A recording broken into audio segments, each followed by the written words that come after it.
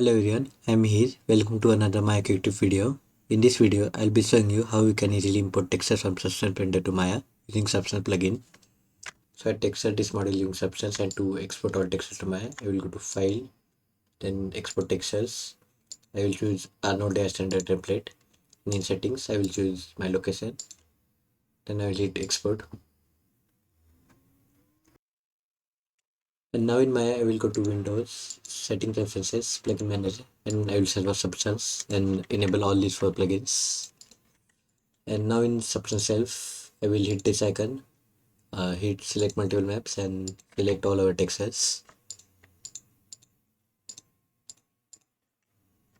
Then hit Select, and now I can just hit Apply.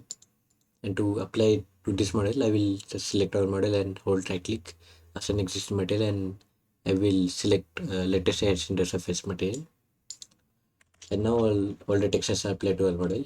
To see that, I will go to Hypershade and just go to node graph of our edge in the surface, and you can see the plugin has applied all textures to our material.